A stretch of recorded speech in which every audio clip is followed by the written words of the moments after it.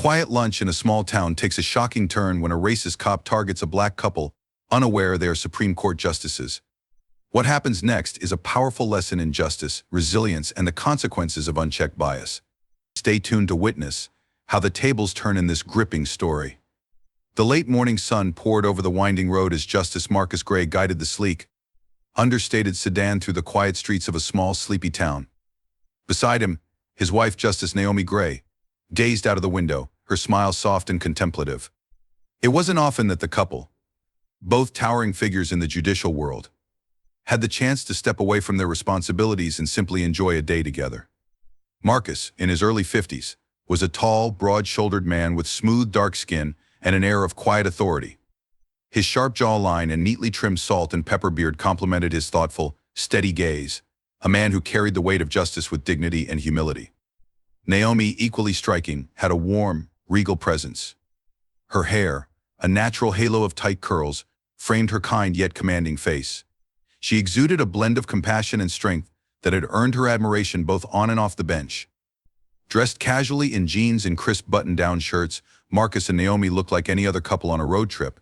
Marcus wore aviator sunglasses, his hand resting lightly on the steering wheel, while Naomi held a dog-eared travel guide, marking pages with quick, decisive motions. They had decided to stop at a small-town diner to stretch their legs and enjoy a meal, relishing the anonymity that came with blending into the crowd.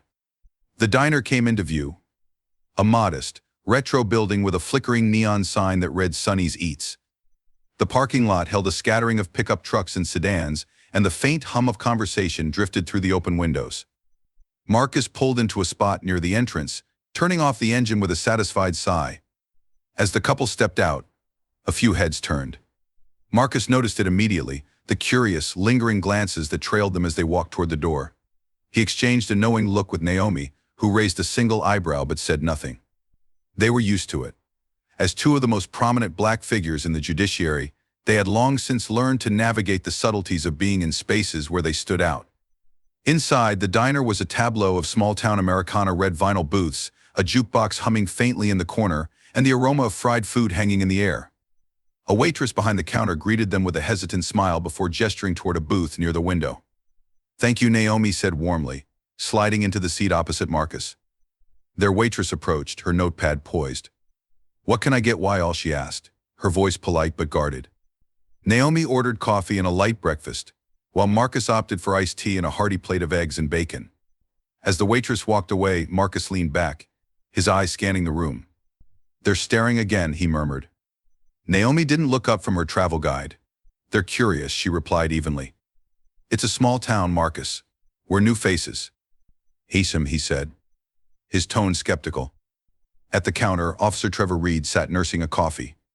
Dressed in his dark blue uniform, his holstered gun and polished badge were prominently displayed. Trevor was in his early 30s, with a clean-shaven face, closely cropped light brown hair, and a stocky build. His sharp eyes darted toward Marcus and Naomi, narrowing slightly as he observed them. Trevor was known around town as a man who took his authority seriously, too seriously, some would say. He had a reputation for being quick to judge and slow to back down, his demeanor often laced with an edge of hostility, particularly toward outsiders. He watched as Marcus reached across the table to pour cream into Naomi's coffee, their easy rapport and quiet laughter grating on him for reasons he couldn't quite articulate. Something about them, their confidence, their calm, rubbed him the wrong way. Trevor set his coffee mug down with a clink and pulled out a small notepad, scribbling aimlessly as he kept one eye on the couple. Subtle tension in the room. The Grays, unaware of Trevor's scrutiny, continued their conversation, their voices low and measured. Marcus spoke about their upcoming docket, a mix of complex constitutional cases that promised to challenge even their formidable intellects. Naomi countered with her plans for a judicial mentorship program aimed at encouraging young lawyers from underrepresented backgrounds. Their conversation was interrupted when the waitress returned, placing their plates on the table with a practiced smile. As Marcus thanked her, he noticed Trevor's gaze locked on them from across the room. Naomi followed his line of sight, her lips pressing into a thin line. "That's twice now," she said quietly. Marcus didn't respond, his expression unreadable as he picked up his fork. He wasn't one to jump to conclusions, but years of experience had honed his instincts. Something about the officer's demeanor felt off. After finishing their meal, Marcus left a generous tip on the table and stood, offering Naomi his hand. They made their way toward the door, the faint sound of Trevor's chair scraping against the floor following them. Outside, the sun was brighter, casting long shadows across the parking lot. As Marcus unlocked the car, Trevor emerged from the diner, his coffee forgotten on the counter. He walked toward them, his steps deliberate, his hand resting on the radio clipped to his belt. "Excuse me," Trevor called out, his voice carrying an edge of authority. Marcus turned slowly, his posture calm but alert. Naomi stood beside him, her gaze steady. "Yes, officer," Marcus replied, his tone polite but firm. Trevor stopped a few feet away, his expression carefully neutral. "Mind telling me what you're doing in town?" Naomi tilted her head slightly, her voice measured. "We're on a road trip." "Is there a problem, officer?" "Reed," he said, his eyes narrowing. "Just making sure everything's in order. We don't get many visitors here." Marcus exchanged a brief glance with Naomi before answering. "We're just passing through. Had a meal at the diner, and we're about to head out." Trevor's gaze lingered on them, his jaw tightening. "Mind showing me some ID?" The tension in the air thickened as Marcus reached into his pocket, pulling out his wallet. Naomi's hand rested lightly on his arm, a silent reminder to stay composed. Trevor took the offered ID, his eyes scanning it with slow deliberation. His suspicion remained, though he had yet to find a reason for it. "Is there a reason for this, Officer Reed?" Naomi asked, her voice carrying a subtle challenge. Trevor hesitated, his grip tightening on the ID. "Routine check," he said finally, though his tone betrayed a simmering unease. As he handed the ID back, the edges of conflict began to take shape. The Grays, ever composed, climbed into their car, their calm demeanor a sharp contrast to the storm brewing behind Trevor's cold stare. The sun beat down on the parking lot, its heat radiating off the asphalt as Marcus and Naomi Gray walked toward their car. Marcus carried himself with his usual calm confidence, his steps deliberate, while Naomi's gaze shifted subtly, scanning the area with quiet vigilance. They both felt Trevor's eyes on them from the moment they stepped out of the diner. And now, the echo of boots crunching on gravel confirmed his approach. "Excuse me," Trevor called out, his tone clipped but loud enough to draw attention. Marcus stopped mid-step, his posture relaxing slightly as he turned. "Yes, officer," he replied, his voice steady and measured. Naomi stood beside him, her expression neutral but alert, her fingers lightly clutching her purse. Trevor Reed approached with a deliberate slowness, his hand resting on his belt near his holstered radio. "Just a routine check," Trevor began, his eyes narrowing as they flicked between Marcus and Naomi. "Mind telling me what you're doing in town?" Marcus raised an eyebrow but kept his tone polite. "We're just passing through. Stopped at the diner for lunch and we're about to head out."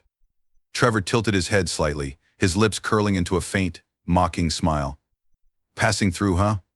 Don't see many folks like you around here." The insinuation hung in the air, sharp and unmistakable. Naomi's eyes met Marcus's briefly, a silent exchange passing between them. "Well, Officer," Marcus replied calmly, "we don't see many towns like this on our usual routes. Thought we'd explore a bit." Trevor's smile faded, replaced by a cold stare. "Explore? What exactly are you looking for?" Naomi took a small step forward, her voice soft yet pointed. "Is there a problem, Officer Reed? Or are we not allowed to eat lunch and leave in peace?" Trevor's eyes flicked to her, his irritation evident. "Just doing my job, Ma, I am. We don't get many visitors in this town, so I like to make sure everything's in order." Marcus crossed his arms, his expression calm but firm. "Everything's in order. Now, if there's nothing else, we'll be on our way." Trevor's jaw tightened as he stepped closer, his posture turning more confrontational. "Let me see some ID." Marcus sighed, reaching into his pocket with slow, deliberate movements. "Of course," he said evenly, pulling out his wallet. Trevor snatched the ID, his eyes scanning it with deliberate slowness. "Marcus Gray," he read aloud, his tone dripping with false curiosity. He glanced up, his smirk returning. "What brings you all the way out here, Mr. Gray?" "Like I said," Marcus replied, his tone unchanging, "we're passing through." Trevor's gaze shifted to Naomi, his smirk widening. "And you, ma'am? Got any ID?" Naomi met his gaze, her expression cool but unwavering. "Of course," she said, retrieving her ID from her purse and handing it over. Trevor studied her license for an unnecessarily long moment before handing it back. "Naomi Gray. You two married?" "Yes, we are," Marcus said, his voice calm. Trevor tilted his head, his smile turning sharper. Nice car you've got there. Mind if I take a look inside? Naomi's eyebrows rose slightly, but her voice remained steady. Yes, actually, we do mind. Do you have a warrant? Officer Reed. Trevor's smirk faltered, but only for a second. Just trying to make sure everything's above board, he said, his tone hardening. And we've already told you that it is, Marcus said, taking a step forward, his calm demeanor unshaken. Trevor's face darkened, his hand moving to his radio. Why don't we make this easier? Stay right here while I call for backup. Naomi's lips tightened, but her voice carried a subtle edge. Backup? For what, Officer Reed? We've complied with your questions, shown you our identification, and explained why we're here. What exactly are we being accused of? Trevor's response was clipped and defensive. Suspicious behavior. People like you don't usually stop in this town without a reason. Marcus straightened his posture, his tone calm but laced with authority. People like us? You're going to have to clarify that, officer. Trevor's eyes darted around, his frustration mounting as a few passers-by slowed, their curious gazes lingering on the scene. He tightened his grip on his radio.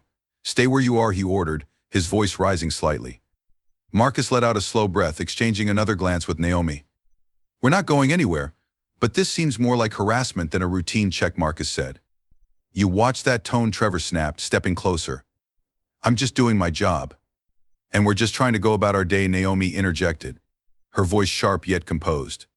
Trevor's backup arrived minutes later, another officer in a patrol car who stepped out, his expression uncertain as he took in the scene. Trevor gestured toward Marcus and Naomi, muttering something under his breath. The second officer approached cautiously, his eyes flicking between Trevor and the couple.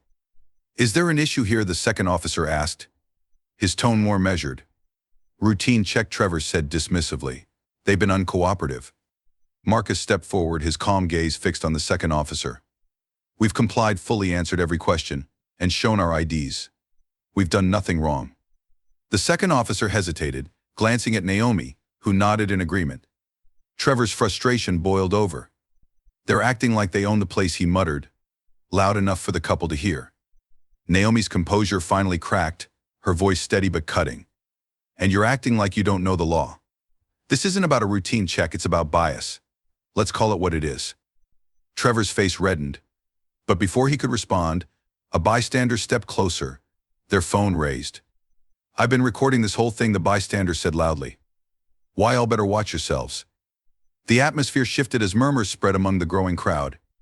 Trevor's bravado faltered, but he held his ground, his smirk replaced by a thinly veiled scowl.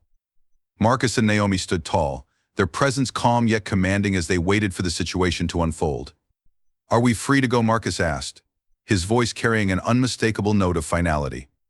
Trevor hesitated, the weight of the onlookers and the phone recording pressing down on him. His grip on the situation was slipping, but his pride refused to let him back down entirely.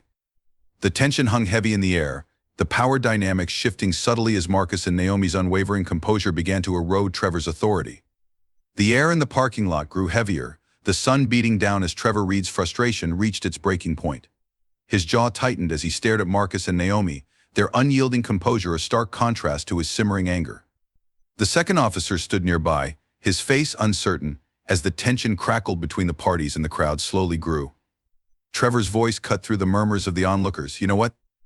That's it. Turn around. Hands behind your backs, he barked, gesturing toward Marcus. Marcus's expression remained calm, but his voice held firm authority. On what grounds, Officer Reed? Suspicious behavior. Refusing to cooperate, Trevor shot back, his tone sharp and defensive.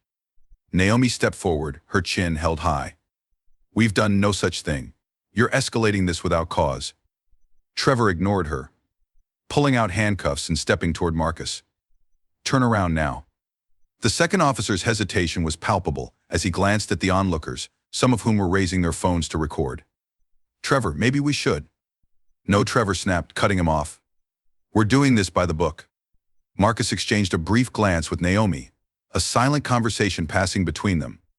Without a word, Marcus turned and allowed Trevor to cuff him, his posture upright and dignified. Officer Reed, Naomi said, her voice steady, you're making a grave mistake. Trevor scoffed. I don't think so, he muttered, leading Marcus toward the patrol car. When he turned back toward Naomi, handcuffs ready, she stepped forward voluntarily. "Let's make one thing clear," she said quietly but firmly. "This is far from over." The murmurs among the crowd grew louder, some voices tinged with outrage. "Why's he arresting them? They haven't done anything wrong," one woman whispered. A man holding up his phone nodded. "I've been filming the whole thing. This doesn't look right." Trevor's head snapped toward the bystanders. "Everyone back up. This is official business." The warnings only emboldened the witnesses, their phones remaining raised as they stepped back slightly but continued recording. Trevor walked back to the couple's car, his face flushed with a mixture of anger and self-satisfaction. "Let's see what you're hiding," he muttered, pulling on a pair of gloves. Naomi, still standing beside the patrol car, spoke up. "Officer Reed, you have no warrant. This search is unlawful." Trevor ignored her, opening the car door and rummaging through the center console. He moved quickly, rifling through papers and belongings until his hand froze on an embossed leather folder. Pulling it out, Trevor flipped it open, his brow furrowing as he read the official heading, "Supreme Court of the United States." Inside were official documents, complete with the seals and signatures of Marcus and Naomi Gray. His face paled. He flipped through the folder again, hoping for a mistake, but instead found laminated ID cards with their photos, titles, and federal credentials. Trevor's hands trembled slightly as he lowered the folder. Turning back to the couple, he opened his mouth but couldn't form the words. You're judges," he stammered, his voice barely above a whisper. Naomi raised an eyebrow, her expression icy. "We're Supreme Court justices," she corrected. The weight of her words struck Trevor like a physical blow. His mouth opened and closed as he scrambled for a response. "I didn't know. You didn't say." Marcus stepped forward, his cuffed hands held out slightly. "We didn't need to say. It shouldn't have mattered." Trevor fumbled with the keys, quickly unlocking Marcus's cuffs and stepping back as though the distance might shield him from their quiet fury. Naomi stood tall, her voice steady but sharp. "You saw us, assumed we didn't belong, and escalated this situation without cause. That's the problem, Officer Reed. That's the bias people like you perpetuate every day." Marcus added, his tone measured but resolute, "We've done nothing wrong, yet we were treated as suspects because of your assumptions. This isn't just bad judgment, it's systemic, and it needs to stop." Their words rippled through the crowd, drawing murmurs of agreement. The onlookers, emboldened by the couple's calm strength, began speaking up. "This is outrageous," one woman exclaimed, lowering her phone. "They didn't do anything, and you treated them like criminals." Another man chimed in, his voice firm. "This is what happens all the time. People in power abusing it. Not today." Trevor, now visibly shaken, turned to the second officer, whose expression was a mix of unease and quiet disapproval. "Trevor," the second officer began, his voice low, "we need to de-escalate now." Trevor nodded stiffly, his bravado completely gone. Marcus and Naomi, now free from the handcuffs, stepped forward, their composure unbroken. "We'll be filing a formal complaint," Marcus said, his gaze locked on Trevor. Naomi nodded. "And this footage will ensure accountability," she gestured toward the crowd of witnesses, their phones still recording. Trevor looked around, the full weight of his actions settling on his shoulders. His authority had crumbled under the spotlight of truth, and there was no escaping the consequences. As the couple walked back to their car, the crowd parted to let them through. Some clapped softly, others murmured words of encouragement and admiration. Before getting into the driver's seat, Marcus turned to the bystanders. "Thank you for standing up today. Never underestimate the power of your voice." Naomi added, her tone both gentle and firm, "Accountability starts with all of us." With that, they drove away, leaving behind a humbled officer, an inspired crowd, and a powerful message that would ripple far beyond the small-town parking lot. The sun dipped below the horizon as Marcus and Naomi Gray drove away from the small town, the tension of the day finally giving way to quiet reflection. The once silent parking lot had become the epicenter of an unfolding story that would ripple far beyond its borders. Behind them, the crowd of witnesses dispersed, some still murmuring their disbelief at what had transpired. By the time Marcus and Naomi arrived home, the incident was already making waves. Footage of the confrontation had been uploaded to social media, with captions like "Supreme Court justices harassed by local officer," and "When bias meets accountability." The video's sharp clarity showed Trevor's escalating behavior and the couple's calm defiance, their composed yet cutting words resonating with viewers across the nation. Within hours, the video had gone viral, racking up millions of views and sparking heated discussions online and on television. The public response was swift and overwhelming. Hashtags like Justice for All and accountability now trended as people condemned Officer Trevor Reed's actions. Local authorities, facing mounting pressure, announced an immediate investigation into the incident. Trevor was placed on administrative leave, and his record was scrutinized, revealing a troubling history of complaints about discriminatory behavior. Calls for systemic reform within the town's police department grew louder, with activists demanding transparency and accountability. For Trevor, the fallout was swift and unrelenting. Media outlets camped outside his home, while public officials distanced themselves from his actions. The weight of his choices bore down on him as he realized the magnitude of what he'd done. Days later, Marcus and Naomi held a press conference outside a federal courthouse, their presence commanding yet approachable. Cameras clicked and microphones extended as reporters jostled for position, eager to capture every word. Naomi stepped forward first, her voice steady and resolute. What happened to us is not an isolated incident. It is a reflection of a deeper issue, one that persists in our society despite the progress we've made. Bias and prejudice, when left unchecked, undermine not just individuals but the very fabric of justice itself. Marcus followed, his gaze sweeping across the gathered crowd. This is not about one officer or one town. It's about the need for accountability at every level, within law enforcement, within institutions, and within ourselves. We stand here not just as individuals who experience this firsthand, but as advocates for change.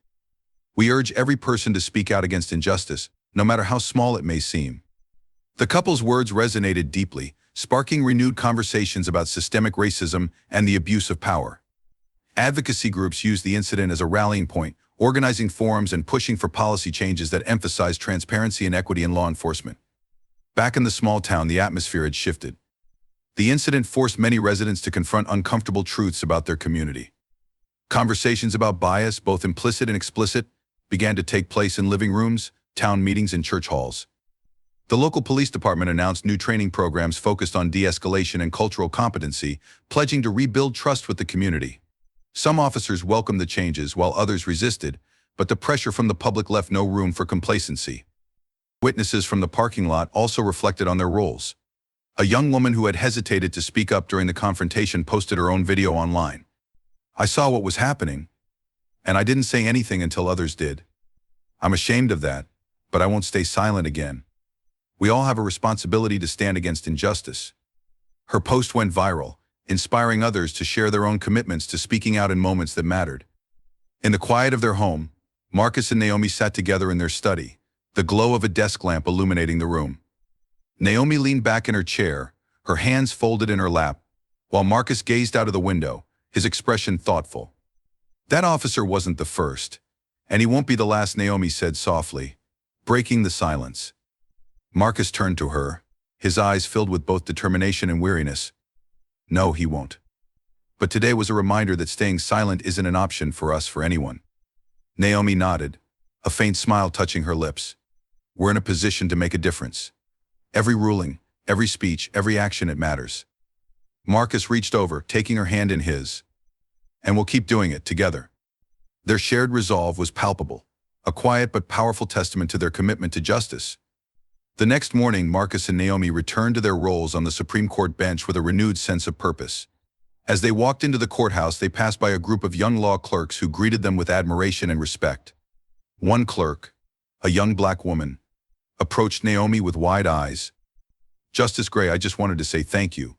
For everything you said, for everything you do. It means more than you know."